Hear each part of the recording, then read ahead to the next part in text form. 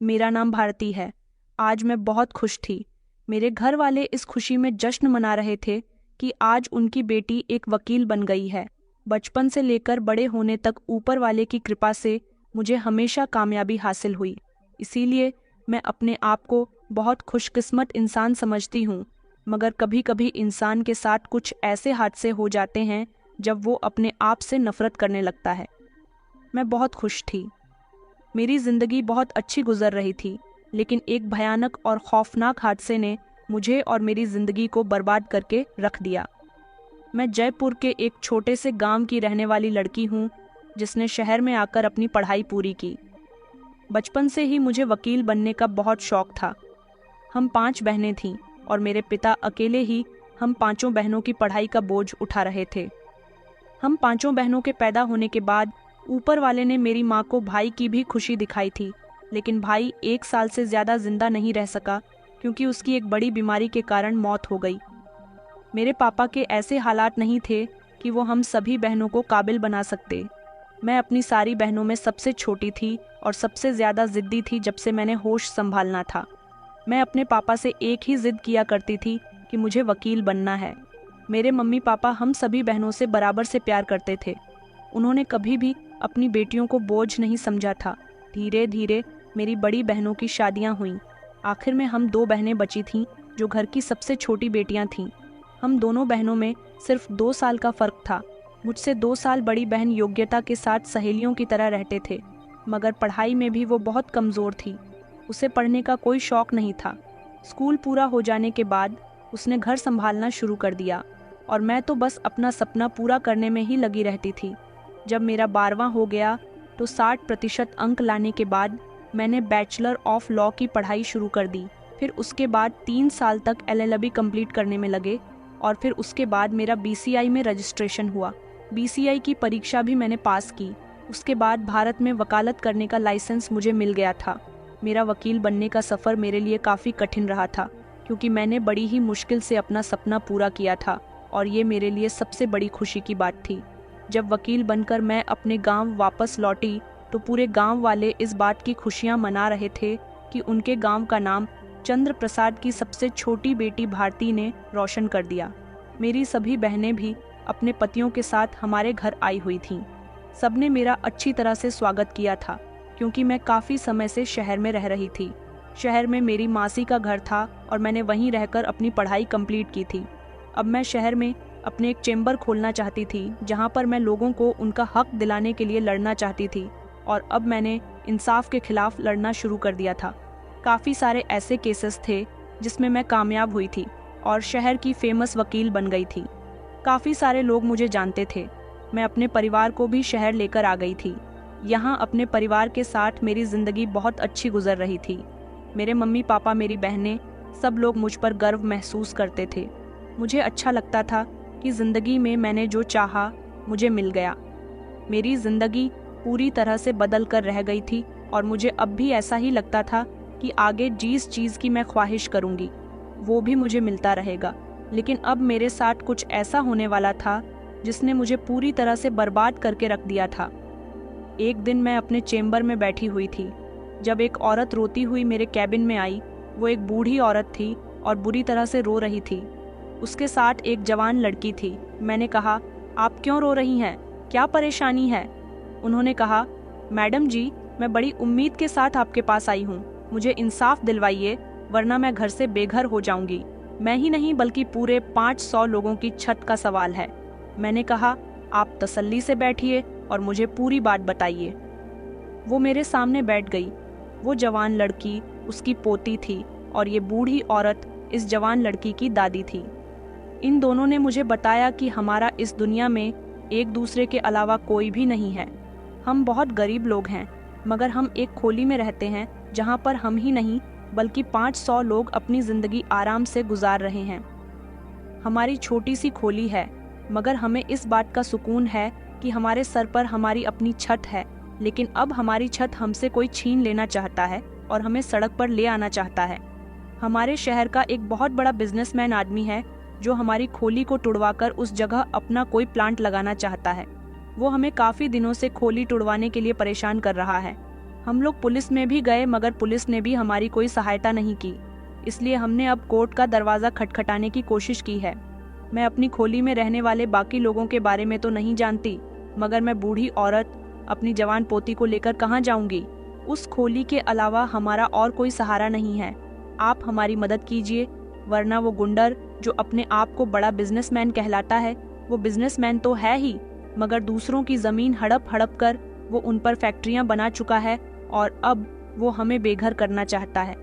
उसने हमें 2 दिन का समय दिया है कि अगर हमने खोली खाली नहीं की तो वो हमारी खोली पर बुलडोज़र चलवा देगा। उसकी पोती मुझे बहुत मासूम लग रही थी जो सिर्फ रोए चली जा रही थी। इस बेबस औरत को देखकर मैं समझ गई थी कि गरीब इंसान हमेशा बेबस और लाचार होता है। मैंने कहा, मैं आपकी मदद करूंगी। उन्होंने कहा, मैडम, आपको मेरा केस लड़ना होगा। अमित खुराना, जिसके खिलाफ वो अपना केस मुझसे लड़वाना चाहती थी, गरीबों के हक में लड़ना मेरा फर्ज बनता था। इसीलिए मैंने उस बूढ़ी औरत से कोई पैसा नहीं लिया और उसे विश्वास दिलाया कि कल मैं आपकी खोली में आकर वहाँ के लोगों से बातचीत करूँगी। अगले ही दिन मैं उनकी खोली में चली गई और वहाँ जाने के बाद मैंने देखा कि वहाँ तो गरीबी ने जन्म लिया हुआ था।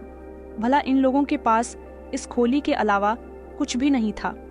अमित खुराना शहर की एक बहुत बड़ी मल्टीनेशनल कंपनी का मालिक था, जिसकी काफ़ी सारी फैक्ट्रियाँ चल रही थीं, मिलें चल रही थीं।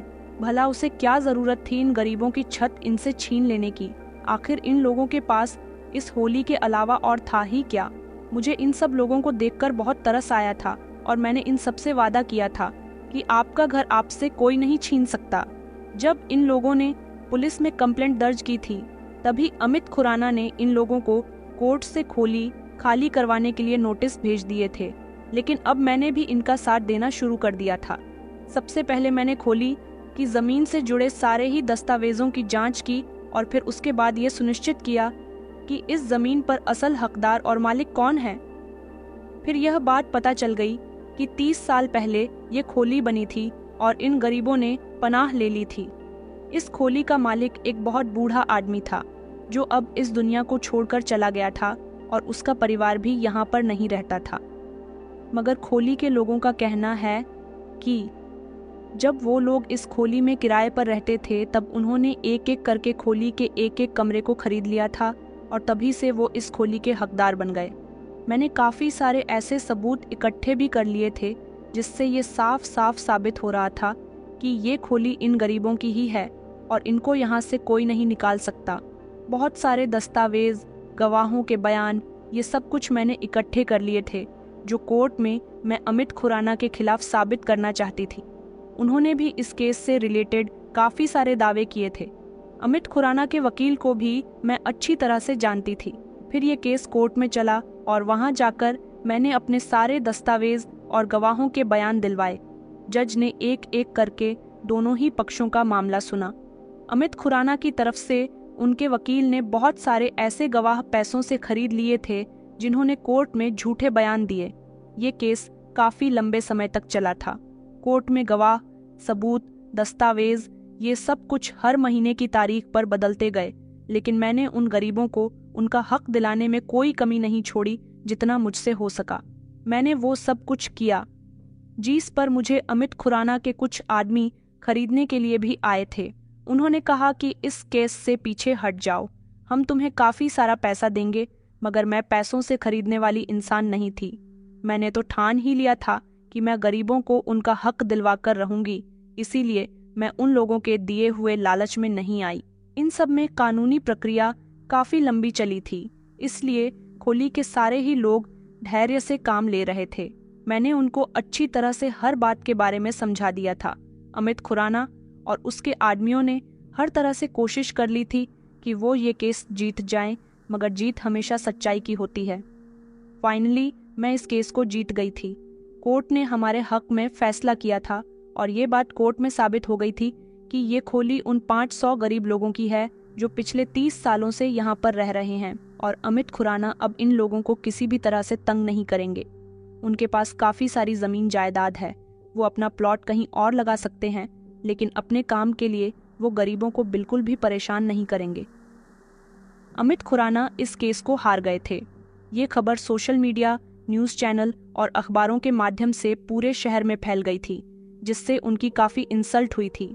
मगर मैं बहुत खुश थी। होली के सारे ही लोग मेरा बहुत शुक्रिया अदा कर रहे थे, लेकिन मेरा तो काम ही यही था। मैं अपने आप को एक ईमानदार और एक अच्छा वकील बनाना चाहती थी। ये केस जीतने के बाद मुझे ऐसा लगता था कि ऊपर वाला मुझ पर बहुत मेहरबान है, लेकिन मैं ये नहीं जानती थी कि ये केस हारने पर अमित खुराना की बेइज्जती ही नहीं हुई थी, बल्कि वो और उनका बेटा जो कारोबार करना चाहते थे वो भी डूब गया था। कोहली के लोगों में खुशी की लहर दौड़ गई थी और इसी तरह मैं गरीबों को उनका हक दिलवाने में कामयाब रही। इस बात को लगभग 1 महीना गुजर गया था जब मेरे मोबाइल पर एक नए नंबर से कॉल आई। मैंने जैसे ही फ़ोन रिसीव किया तो उस पर एक रोती हुई लड़की की आवाज़ मुझे आई, जो बुरी तरह से रो रही थी और कह रही थी कि मैं आपसे मिलना चाहती हूँ। उसके रोने पर मैं बुरी तरह से डर गई थी। फ़ोन रात के लगभग 2:30 पर आया था, जब मैं अपने घर पर मौजूद थी। आंधी रात के समय किसी नए नंबर से फ़ोन आना और फिर उस पर रोती हुई लड़की की आवाज़, जो बार बार मुझसे मदद की गुहार लगा रही हो, सिर्फ रोई चली जा रही हो। ऐसे समय में मेरी तो कुछ भी समझ में नहीं आ रहा था कि मैं क्या करूं। उस लड़की की आवाज़ में एक अजीब सा दर्द था, मगर वो बता नहीं रही थी कि आखिर उसे किस तरह से मेरी मदद चाहिए। बस वो बार बार यही कह रही थी कि अभी और इसी समय आप शहर के ज़िला अस्पताल के पीछे वाले रास्ते पर आ जाइए। मैंने कहा, मगर इतनी रात को। तो वह कहने लगी कि जी, आज जो केस आपके पास आया है उससे रिलेटेड कुछ सबूत मेरे पास है। मुझे कुछ लोग मारना चाहते हैं, लेकिन मरने से पहले मैं आपको वो सबूत देना चाहती हूँ ताकि आप ये केस जीत सकें। मुझे याद आया कि आज मेरे पास एक केस आया था। वो केस था ज़िला अस्पताल की एक नर्स का, जो किसी लड़के से मोहब्बत करती थी और उस लड़की ने उसे छोड़कर किसी दूसरी लड़की से शादी कर ली थी। वो लड़की रोती हुई मेरे पास आई थी और उसने अपने बॉयफ्रेंड को पुलिस में अरेस्ट करवाया था, लेकिन लड़के के वकील ने उसे ज़मानत पर रिहा करवा लिया था। वो लड़की चाहती थी कि उस लड़की ने उसे जो बेवफाई की है वो उसके खिलाफ अक्षय उठाए, क्योंकि उस लड़के ने काफ़ी लंबे समय तक नर्स के साथ दुष्कर्म किया और फिर शादी का झांसा देकर वहाँ से भाग गया।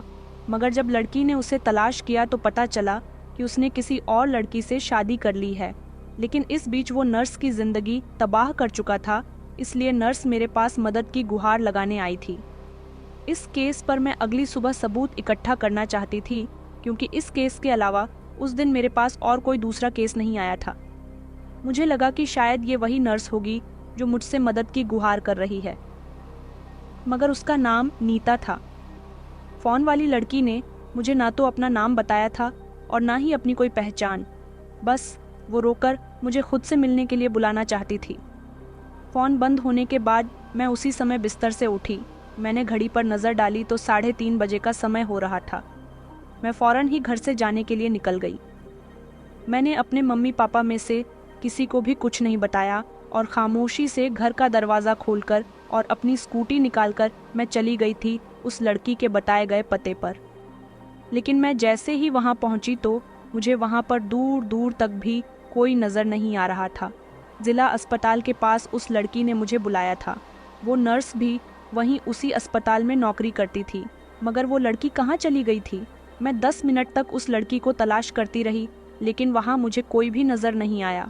जिस नंबर से मुझे फ़ोन आया था, मैं उस नंबर को भी बार बार ट्राई कर रही थी। वो नंबर अब बन जाने लगा। मैं परेशान हो गई थी, लेकिन फिर मैंने सोचा कि मुझे सुबह यहाँ आकर दोबारा से तलाशी लेनी चाहिए। इस समय मेरा यहाँ रुकना खतरे से खाली नहीं है, इसलिए मैं चलती हुई अपनी स्कूटी के पास आई और मैं स्कूटी पर बैठने ही वाली थी, तभी अचानक किसी ने मेरे मुंह पर कुछ नशीला पदार्थ सूंघाया। उस इंसान ने मुझे इतनी मजबूती से पकड़ लिया था कि मैं खुद को पलट भी नहीं पा रही थी और खुद को उससे छुड़वा भी नहीं पा रही थी, और मुझे ये भी नहीं पता था कि मुझे इतनी मजबूती से पकड़ने वाला इंसान कौन है। उस समय मैं बहुत बेबस बन गई थी। मैं चीख भी नहीं सकती थी क्योंकि मेरे मुंह को बुरी तरह से बंद कर लिया गया था। जो नशीला पदार्थ मुझे सूंघाया गया था, उसकी वजह से मैं खुद को निढाल होता महसूस करने लगी। मेरी आंखों के आगे अंधेरा आने लगा और एकदम से मेरा दिमाग चकराने लगा। मेरा दिमाग पूरी तरह से आउट ऑफ कंट्रोल हो चुका था और कुछ ही देर में मैं बेहोश हो गई। बेहोशी की हालत में जिन लोगों ने मुझे यहाँ तक बुलाया था और मेरे साथ ये सब कुछ किया। अभी वो अपनी हरकत से बाज नहीं आए थे। मुझे बेहोश करने के बाद उन्होंने मेरे साथ दुष्कर्म किया और फिर उसके बाद मेरी इज्जत को कहीं का नहीं छोड़ा। उन लोगों ने तो मेरी आत्मा तक को छलनी कर दिया था। मेरे साथ जानवरों से भी बदतर सलूक किया गया। इतनी बेदर्दी और बेरहमी से मेरे शरीर को जानवरों की तरह नोचा गया कि मुझे देखने वाले लोगों के रोंगटे खड़े हो गए थे। मेरे शरीर पर उन लोगों ने जगह जगह जख्म डाल दिए थे। मेरे साथ दरिंदों वाला खेल खेलने के बाद उन लोगों ने मुझे बीच सड़क पर फेंक दिया, जहां रात के समय कोई भी आता जाता नहीं था। लेकिन जैसे ही दिन निकला, मेरे मम्मी पापा मेरे लिए बहुत परेशान हो गए, क्योंकि उन्होंने मुझे कमरे में नहीं पाया था। उन्होंने मेरा नंबर ट्राई किया तो मेरे फ़ोन की सिर्फ रिंग बज रही थी। उन लोगों का मुझसे कीन अटैक नहीं हो पाया तो वो बेहद परेशान हो गए और मुझे हर तरफ तलाश करने लगे। उन्होंने मेरे साथ के लोगों को फ़ोन किया जिनके बारे में वो जानते थे। उनसे भी उन्हें मेरे बारे में कोई जानकारी हासिल नहीं हुई, तो वो लोग मुझे घर से बाहर तलाश करने के लिए निकल पड़े। लेकिन जिस सड़क पर मैं बेहोश गंभीर हालत में पड़ी हुई थी, वहाँ पर सुबह के 5 बजे जब सफाई कर्मचारी सफाई लगाने के लिए आए तो उन्होंने मुझे वहाँ गंभीर अवस्था में पड़े हुए देखा तो तुरंत ही पुलिस को फ़ोन लगाया। दिन की निकलती हुई रोशनी के साथ साथ वहाँ भीड़ इकट्ठी होने लगी। सब लोग मेरी हालत देखकर समझ गए थे कि आखिर मेरे साथ क्या हुआ है, मगर कोई नहीं जानता था कि मैं कौन हूँ और मैं यहाँ कैसे आई। पुलिस आई तो पुलिस ने फौरन ही मुझे अस्पताल में भर्ती करवाया। उधर मेरे मम्मी पापा मुझे ढूंढ ढूंढ कर परेशान हो रहे थे। हर आने जाने वाले से मेरे बारे में पूछ रहे थे। लेकिन एक और बात थी जिसने उन्हें बहुत ज़्यादा परेशान कर दिया था। वो बात ये थी कि जब वो मेरा नंबर ट्राई कर रहे थे तो सुबह के लगभग 11 बजे तक मेरे नंबर पर कॉल जाती रही थी, मगर किसी ने कॉल रिसीव नहीं की। लेकिन 11 बजे के फ़ौरन बाद ही मेरा नंबर बंद जाने लगा। मेरा मोबाइल पुलिस को भी नहीं मिला था। पुलिस मेरे होश में आने का इंतज़ार कर रही थी। पुलिस वाले मुझे पहचान चुके थे और उन्होंने फ़ौरन ही मेरे घर वालों को इस बात की इन्फॉर्मेशन दी कि उनकी बेटी अस्पताल में संदिग्ध हालत में पड़ी हुई है। मेरे घर वाले घबरा गए और फ़ौरन ही मेरे मम्मी पापा, मेरी सभी बहनें और उनके पति सब लोग इकट्ठे होकर अस्पताल पहुंचे और सबका मेरी हालत देखकर बुरा हाल हो चुका था, क्योंकि कोई ये नहीं समझ पा रहा था कि आखिर बात क्या हुई है, क्या परेशानी थी जिसकी वजह से मेरी हालत ऐसी हो गई। सब लोग जानना चाहते थे। पुलिस को भी कुछ नहीं पता था। लेकिन जब मेरा चेकअप होने के बाद डॉक्टर से बात की गई तो डॉक्टर ने बताया कि मेरे साथ दुष्कर्म हुआ है और मेरे शरीर को बुरी तरह से जख्मी कर दिया गया। ये खबर सुनकर पुलिस सहित मेरे घरवाले भी हिल कर रह गए थे। फिर धीरे धीरे अस्पताल में मीडिया कर्मी भी पहुंच गए। ये खबर पूरे शहर में फैल गई कि शहर के सबसे होनहार वकील के साथ कुछ लोगों ने दुष्कर्म किया और उसको गंभीर अवस्था में सड़क पर छोड़ दिया। ये खबर पूरे शहर में फैल गई और सभी लोग ये जानना चाहते थे कि आखिर मेरे आरोपी कौन हैं। मेरे होश में आने का इंतज़ार हो रहा था, लेकिन मेरी हालत बहुत ख़राब थी। पुलिस अपने काम में जुट गई थी कि आखिर मेरे साथ ये सब कुछ किसने किया था, कौन मेरे आरोपी थे। लेकिन पुलिस मेरा बयान लेना चाहती थी। मेरी हालत से मेरे घरवालों का भी रो रो कर बुरा हाल हो गया था। मेरी हालत ही ऐसी थी कि मुझे कोई भी देखता तो वो भी डर के मारे भाग जाता। तरह तरह के सवाल हर एक के दिमाग में घूम रहे थे। आखिर मेरी इस हालत के पीछे क्या वजह थी। वकीलों के तो वैसे भी बहुत सारे दुश्मन होते हैं। यही सब सोचकर लोग अपने दिमाग पर ज़्यादा जोर नहीं डाल पा रहे थे। उन्होंने सोचा कि मेरा भी कोई ना कोई ऐसा दुश्मन होगा जिसने मेरे साथ अपना बदला लेने के लिए ये सब किया होगा। पुलिस को भी कुछ पता नहीं चल पा रहा था, क्योंकि उन दरिंदों ने मेरे साथ जिस समय उस हैवानियत को अंजाम दिया, उस समय उधर के एरिया में कोई भी मौजूद नहीं था। उधर अस्पताल में मेरे परिवार वाले बार बार डॉक्टर से मुझसे मिलने की रिक्वेस्ट कर रहे थे, लेकिन डॉक्टर इस कंडीशन में पेशेंट को किसी से भी मिलने नहीं देते। मेरे घर वालों की ज़्यादा रिक्वेस्ट करने पर उन्होंने हार कर मेरे घर वालों को एक बार मुझसे मिलने की परमिशन दे दी थी। मेरी शारीरिक और मानसिक कंडीशन बहुत ख़राब थी। डॉक्टर का भी कहना था कि सिर्फ ऊपर वाला ही आपकी बेटी को बचा सकता है, वरना तो इसकी कंडीशन बहुत ही बुरी है, बचने के चांसेस बहुत कम हैं। ऐसी हालत का सदमा मेरे पूरे ही परिवार पर बुरा असर डाल गया था। ये खबर सोशल मीडिया के जरिए पूरी दुनिया में भी आग की तरह फैल गई थी। एक महिला वकील के साथ ऐसा किसने किया और क्यों किया और उसकी हालत ऐसी क्यों हुई, इस बारे में हमारा पूरा शहर जानना चाहता था। हमारे समाज में औरतें बिल्कुल भी सेफ नहीं हैं। लोग इस बात पर भड़क उठे कि एक महिला वकील के साथ इतना सब कुछ हो गया और पुलिस हाथ पर हाथ धरे बैठी हुई है। पुलिस के पास भी कोई जवाब नहीं था, क्योंकि वो जानते ही नहीं थे कि मेरे साथ ये सब कुछ किसने किया, मुझ पर क्या बीती, किस किस तकलीफ से मुझे गुजरना पड़ा। मेरी मम्मी गम से निढाल पापा के कंधे पर अपना सर टिकाकर बैठी हुई थी। वो पापा से कहने लगी कि ये मेरी बेटी के साथ क्या हो गया। वो तो अपना सपना पूरा करना चाहती थी। वो तो एक ईमानदार वकील थी, लोगों को उनका हक दिलवाने के लिए हर तरह से लड़ती थी। आज मेरी बेटी के साथ ही ये सब कुछ क्यों हो गया? पापा कहने लगे कि सब में मेरी भी पूरी गलती है। मुझे अपनी बेटी को बेटा नहीं समझना चाहिए था। इस समाज में बेटियों को अगर उड़ने की आज़ादी दी जाए तो इस समाज के दरिंदे उनके पर काटने के लिए उनके आगे पीछे मंडराते रहते हैं। ऐसे लोग नहीं चाहते कि लड़कियां काबिल बने। बस यही मेरी गलती हुई कि मैं समाज में रहने वाले उन दरिंदों को भूल गया था जो बेटियों की जिंदगी को उजाड़ देते हैं और उनकी इज्जत को खिलौना समझकर खेल जाते हैं। ये कहकर मेरे पापा रोने लगे थे। पापा ने कहा, बस एक बार मेरी बेटी ठीक हो जाए, फिर मैं उसे अपने गांव ले जाऊंगा। हम लोग इस शहर में नहीं रहेंगे, वहां ले जाकर हम अपनी वहीं सादगी भरी जिंदगी गुजारेंगे, जहां हम अपने पूरे परिवार के साथ खुश रहते थे। अगर हम वहीं पर रह रहे होते और मैंने अपनी बेटी का सपना पूरा न करवाया होता तो शायद आज मेरी बेटी के साथ ऐसा न होता। मेरी बहनों के पतियों ने भी मेरे पापों को पूरी तसल्ली दी थी और उनको समझाया था कि पुलिस अपना काम कर रही है। बस भगवान से प्रार्थना है कि जल्द से जल्द भारतीय होश में आ जाए और पुलिस को सब कुछ बता दे, फिर शायद उसके आरोपी जेल की सलाखों के पीछे हों। मेरी बहनें और मेरे तीनों जीजू मेरे घर वालों को तसल्ली दे रहे थे। सोचा तो मैंने भी कभी नहीं था कि मेरे साथ ये सब कुछ हो जाएगा। डॉक्टर का कहना था कि अभी भारती का होश में आना नामुमकिन है, क्योंकि वो कोमा में जा चुकी है। अब तो सबकी प्रार्थनाएं ही आपकी बेटी को वापस ला सकती हैं। एक तरफ मेरे घर वाले परेशान थे तो दूसरी तरफ जूनियर एडवोकेट सड़क पर उतर आए थे। उन सब ने मेरे आरोपियों के खिलाफ कड़ी कार्रवाई की गुहार लगाई थी और वो लोग सड़कों पर कैंडल मार्च भी कर रहे थे। मेरे घर वालों को खुशी हुई थी कि उनकी बेटी के इंसाफ के लिए सड़कों पर लोग उतर आए थे। सभी लोग मेरे कामों से बाहर आने के इंतजार में थे। डॉक्टर की पूरी कोशिश के बावजूद भी मुझे कोमा से बाहर आने में 1 महीने का समय लग गया था।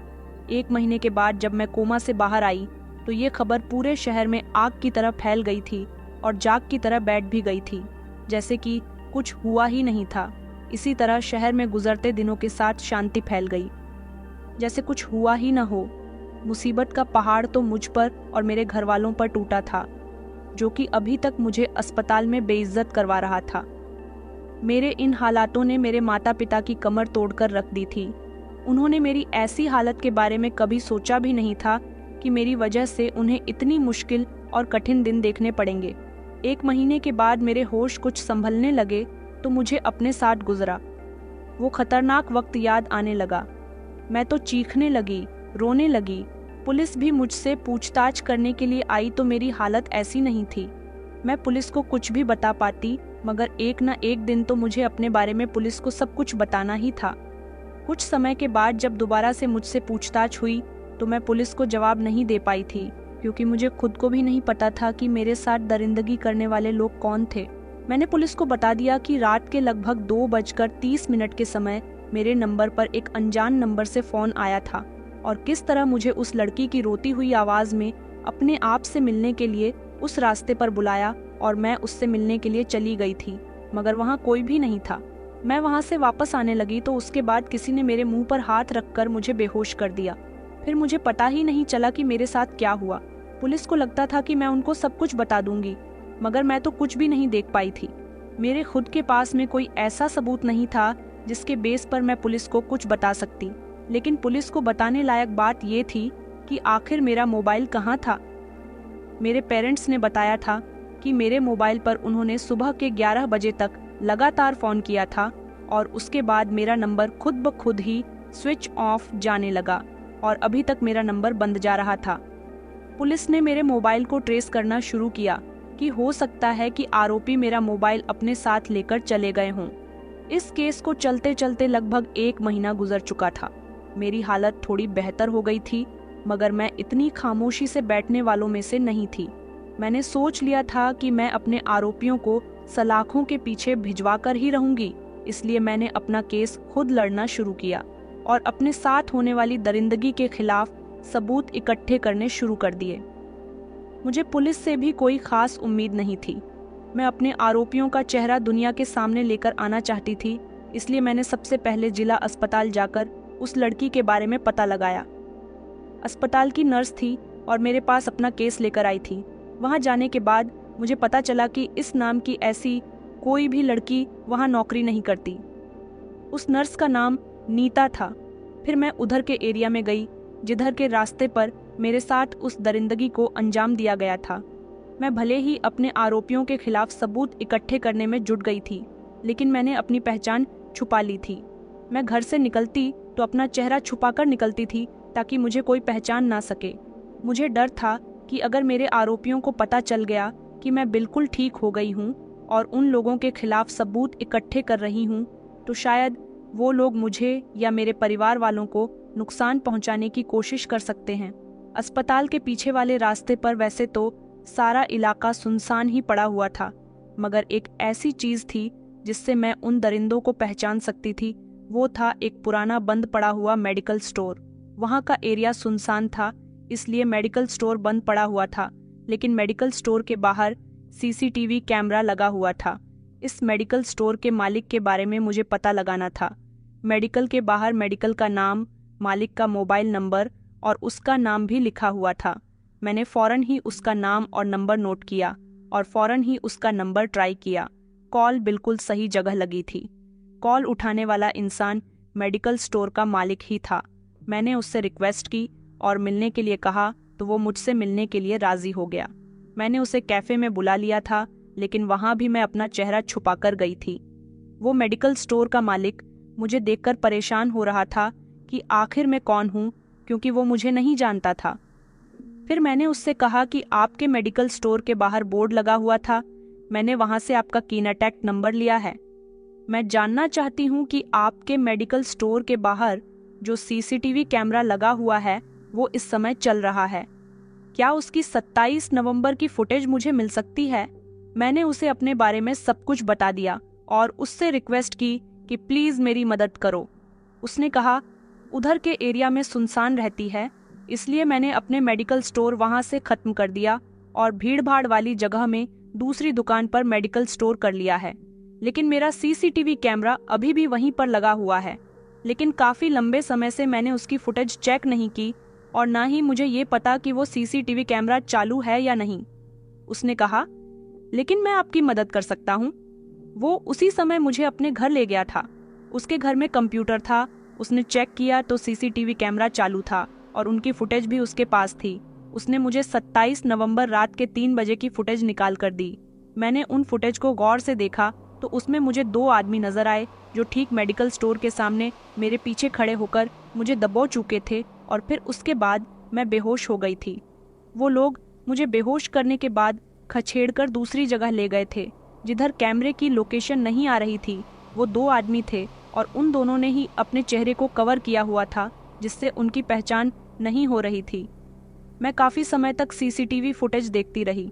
मेडिकल स्टोर के सामने से हट जाने के बाद सीसीटीवी फुटेज में कुछ भी नहीं आया था, लेकिन 2 घंटे के बाद कुछ ऐसा हुआ जिसकी वजह से मुझे पता चल गया था कि वो लोग कौन थे। उस समय लगभग 4:30 बजे का टाइम था जब मेडिकल स्टोर के सामने एक बड़ी सी गाड़ी आकर रुकी और उस गाड़ी से उतरने वाला इंसान कोई और नहीं बल्कि अमित खुराना था। वो वहां पर आया और उसने उन दोनों से कुछ बातचीत की और वो दोनों नकाबपोश आदमी थोड़ी देर बाद एक बाइक पर बैठकर चले गए थे, जबकि अमित खुराना भी अपनी गाड़ी में बैठकर वहां से चला गया था। मैं समझ गई थी कि ये सब कुछ किसने किया था। ये सब कुछ अमित खुराना ने किया था। उसने मुझसे बदला लिया था। मैंने उसी समय वो सीसीटीवी फुटेज लिया और अमित खुराना के खिलाफ पुलिस में कंप्लेंट दर्ज करवा दी। कोर्ट में भी याचिका दायर कर दी और अब ये केस कोर्ट में चल निकला था। मेरे पास सिर्फ एक ही सबूत नहीं था बल्कि और भी सबूत आ चुके थे। अमित खुराना और उसके आदमी ये बात बहुत अच्छी तरह से जानते थे कि सुनसान जगह में दिन के समय ज़्यादा भीड़ भाड़ नहीं होती, बस कुछ ही लोग दिखाई देते हैं। लेकिन रात के समय तो कोई भी उधर नहीं जाता, क्योंकि वो एरिया आउट एरिया में लगता है। इसीलिए वो लोग मुझे वहाँ ले गए और वहाँ ले जाने के बाद एक कोने में जाकर उन्होंने मेरे साथ इस दरिंदगी को अंजाम दिया। और ऐसा करने के लिए अमित खुराना ने ही उनसे कहा था। उसे ये नहीं मालूम था कि उस जगह पर कैमरा लगा हुआ है और कैमरा सारे रिकॉर्डिंग कर चुका है। मैंने वो CCTV फुटेज कोर्ट में प्ले की। सब लोग उसे देख रहे थे और सबको ये यकीन आ गया था कि इस मामले में अमित खुराना का बहुत बड़ा हाथ है, मगर वो अपनी सच्चाई उगलने के लिए तैयार नहीं हो रहा था। उसने ना जाने कितने झूठे वकील लगा दिए थे, लेकिन मेरा CCTV फुटेज एक कठोर और मजबूत सबूत साबित हुआ था। मेरे मोबाइल की लोकेशन भी ट्रेस कर ली गई थी। मेरा मोबाइल उन दोनों आदमियों के पास था जिन्होंने मेरे साथ उस रात गलत किया था। वो दोनों कोई बहुत बड़े गुंडे नहीं थे, बल्कि मामूली से चोर उचक्के थे जो छोटी मोटी चोरियां किया करते थे। उन्होंने मेरा मोबाइल भी चोर बाजार में बेच दिया था। आजकल टेक्नोलॉजी इतनी ज़्यादा कामयाब हो गई है कि मेरा मोबाइल चोर बाजार से जिस इंसान ने खरीदा था उसको हिरासत में ले लिया गया था, मगर उसने पुलिस को बताया कि उसने ये मोबाइल 10,000 रुपये में चोर बाजार से खरीदा था। जिस इंसान से ये मोबाइल खरीदा गया था उसने पुलिस को बता दिया कि उसे ये मोबाइल किसने दिया था, और फिर पुलिस ने मेरे आरोपी को पकड़ लिया। उस आरोपी ने अपने साथ ही साथ दूसरे आरोपी का भी नाम पुलिस को बता दिया, और फिर इस तरह उन दोनों ने कोर्ट में आकर ये बात साबित कर दी कि वीडियो में वो दोनों ही हैं, और अमित खुराना के कहने पर उन्होंने ही मेरे साथ ये सब किया।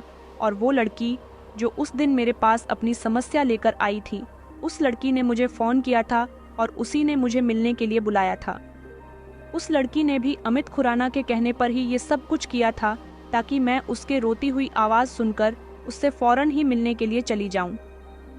अमित खुराना को फ़ौरन ही हिरासत में ले लिया गया था, और फिर अमित खुराना ने कोर्ट में जज के सामने अपने वही बयान दिए जो वो नहीं देना चाहते थे। उन्होंने बता दिया कि मैंने उनके काम में रुकावट पैदा की। वो गोली तोड़कर वहाँ पर अपना कारोबार शुरू करना चाहते थे, मगर वहाँ के लोगों ने मुझसे केन अटैक किया और मैंने उनको उनकी जगह दिलवा दी, और अमित खुराना ये केस हार गए। तभी से उन्होंने अपने दिल में ठान लिया था कि वो मुझसे बदला लेकर रहेंगे, इसलिए उन्होंने ये सब कुछ किया। मगर वो ये नहीं जानते थे कि मैं एक ऐसी इंसान थी जो दूसरों के लिए लड़ना जानती थी, तो अपने लिए भी लड़ सकती थी। उन्हें लगता था कि मेरे साथ जब ये सब कुछ होगा तो मैं अपनी बदनामी के डर से खामोश होकर बैठ जाऊंगी, बल्कि मुझे खुद को ये नहीं पता था कि मेरे आरोपी कौन हैं। इसलिए मैं आरोपियों का पता लगाने की कभी कोशिश भी नहीं करूंगी, और ये बात दबी की दबी रह जाएगी, लेकिन कोशिश करने वालों की कभी हार नहीं होती। और दूसरी तरफ अमित खुराना से एक ये गलती हुई थी कि वो नहीं जानते थे कि मेडिकल स्टोर के सामने कैमरा लगा हुआ था, और इस चीज़ का पता मैंने लगा लिया जिसमें उनका चेहरा साफ साफ नज़र आ रहा था। वो उस रात अपने भेजे हुए गुंडों से मिलने के लिए गए थे। उन्होंने उनको बताया था कि इस लड़की को यही बीच सड़क पर छोड़कर चले जाना। मेरी इज्जत खराब करने के बाद उन्हें ये नहीं पता था कि एक दिन वो भी किसी को मुंह दिखाने लायक नहीं रहेंगे। उनसे बदला लेने की हिम्मत किसी में नहीं थी, मगर मैंने ये कर दिखाया था। मैंने अपने आरोपियों को सलाखों के पीछे पहुंचा दिया था। इस हादसे में जितने भी लोग शामिल थे उन सबको अरेस्ट कर लिया गया। उन सब के खिलाफ बड़ी कार्रवाई हुई थी। अपना ही केस खुद लड़कर मैं जीत गई थी। सोशल मीडिया पर, अखबारों में और न्यूज़ चैनल में सारे ही लोग मेरी प्रशंसा कर रहे थे। मेरे माता पिता को भी खुशी हुई थी कि उनकी बेटी ने जख्मी शरीर के साथ इतनी हिम्मत का काम किया था। मैं चाहती तो अब दोबारा संभल नहीं सकती थी, मगर मेरे लिए संभलना बहुत ज़रूरी था। अमित खुराना अरेस्ट हुए तो उनके पूरे परिवार की भी बहुत बदनामी हुई, जबकि पुलिस ने उनके बाकी के काले धंधों पर भी गौर किया। पूरा ही पुलिस सिस्टम लपेट में आ गया था जो उनके खरीदते हुए पुलिसकर्मी थे। उन सभी के खिलाफ भी कार्रवाई की गई, क्योंकि वो सिर्फ खोली वाले गरीब लोगों की ही खोली नहीं तोड़ रहे थे, बल्कि बहुत सारे ऐसे गरीब लोगों की ज़मीनों पर कब्जा करके उन्होंने अपनी मिल्स और फैक्ट्रियां बनाई हुई थीं। उनके सारे ही कारोबार को बंद कर दिया गया और उसके खिलाफ भी कार्रवाई हुई। मैं अपनी जंग जीत चुकी थी। मैं बहुत खुश थी और इस तरह मेरे आरोपी दुनिया के सामने आ गए थे। मगर कुछ दिनों बाद अमित खुराना की पत्नी और उनका बेटा मुझसे अमित खुराना की तरफ से माफ़ी मांगने आए थे और रिक्वेस्ट कर रहे थे कि मैं उनके पति को जेल की सलाखों से छुड़ा लूं, मगर मैं ऐसा नहीं कर सकती थी। अमित खुराना एक इंसान नहीं था, बल्कि एक हैवान था जो अपनी दौलत की ताकत से हर किसी को रौंदना जानता था। मैंने उनकी पत्नी से कहा था कि मैं आपके लिए कुछ नहीं कर सकती। आपका पति तो अपनी हरकतों की वजह से जेल के सलाखों के पीछे है। ऊपर वाले से प्रार्थना कीजिए कि कभी आपका बेटा अपने पिता जैसा न बने, इसलिए अपने बेटे को अच्छी संस्कार दीजिए। अमित खुराना की पत्नी एक अच्छी और समझदार औरत थी, इसलिए शर्मिंदा होकर वहां से चली गई थी। लेकिन एक पत्नी अपने पति को बचाने के लिए कोशिश तो करती ही है। उन दोनों आदमियों को भी कड़ी सजा हुई थी, क्योंकि उन्होंने मेरे साथ बहुत गलत किया था। आज मैं काबिल और होनहार वकील हूँ और बड़े बड़े केस लड़ती हूँ। मेरी ऐसी हिम्मत से हमारे शहर की बहुत सारी लड़कियों को हिम्मत मिली थी, जो अपने साथ गलत हो जाने के बाद घर में छुपकर बैठ जाती है। ऐसी लड़कियों को अपने खिलाफ आवाज़ उठानी चाहिए और डटकर अपने आरोपियों का सामना करना चाहिए। आज भी मैं एक जानी मानी वकील के नाम से जानी जाती हूँ और अब मुझे पहले से भी ज़्यादा शोहरत मिल गई है। मैं अपनी वकालत तो करती ही हूँ, साथ ही साथ उन लड़कियों को भी जागरूक करती हूँ जो मेरी तरह ऐसे कठिन वक्त से गुजरी है और अपने आरोपियों को सज़ा दिलाने के लिए अपनी आवाज़ों को दबा कर बैठ गई है। मैं घर घर जाकर लड़कियों को जागरूक करती हूँ और मैंने उन गंभीर लड़कियों की मदद करनी शुरू कर दी है जिनके साथ एसिड अटैक होते हैं, जिनको मोहब्बत के जाल में फंसाकर उनकी इज्जत के साथ खेला जाता है, जिनको दहेज के खिलाफ प्रताड़ित किया जाता है या फिर जिनके साथ दुष्कर्म किया जाता है। उन सभी लड़कियों का केस लड़ने के लिए मैं उनकी मदद करने के लिए हमेशा तैयार रहती हूँ। मेरी इज्जत तो अब सही सलामत है, लेकिन मैं अपनी उन बहनों की आज भी मदद करती हूँ और मुफ्त में उनका केस लड़ती हूँ। आज मैं न सिर्फ अपने पैरों पर खड़े होकर कामयाब बनी हूँ, बल्कि बेसहारा औरतों की आवाज़ बन चुकी हूँ, जो किसी वजह से खामोश रह जाती है या जिनकी आवाज़ को दबा दिया जाता है। ऊपर वाले की कृपा से मैंने अपनी ज़िंदगी को एक मकसद दिया। हर समय मैं ऊपर वाले का शुक्रिया अदा करती हूँ, जिसने मुझे इतनी हिम्मत दी और मुझे हमेशा कामयाब बनाया। ये कहानी सिर्फ मेरी नहीं, बल्कि उन सारी लड़कियों की है जो जुल्म के अंधेरे से निकलकर रोशनी की तरफ आती है और अपने कदम मजबूत करते हुए अपने साथ साथ दूसरी बेसहारा लड़कियों को भी सहारा देती है और उनको हिम्मत से बांधती है। आखिर कब तक हमारे समाज में लड़कियों के साथ ऐसा होता रहेगा कि हर लड़की को मेरी तरह होनहार और जुल्म के खिलाफ लड़ने वाला होना चाहिए? मेरे इस सवाल का जवाब आप लोगों के पास है। अगर है तो मुझे कमेंट सेक्शन में मेरे सवाल का जवाब ज़रूर देना। दोस्तों, उम्मीद करती हूँ आपको हमारी कहानी पसंद आई होगी। कहानी पसंद आई है तो वीडियो को लाइक करें, चैनल पर नए हैं तो चैनल को सब्सक्राइब करें। धन्यवाद।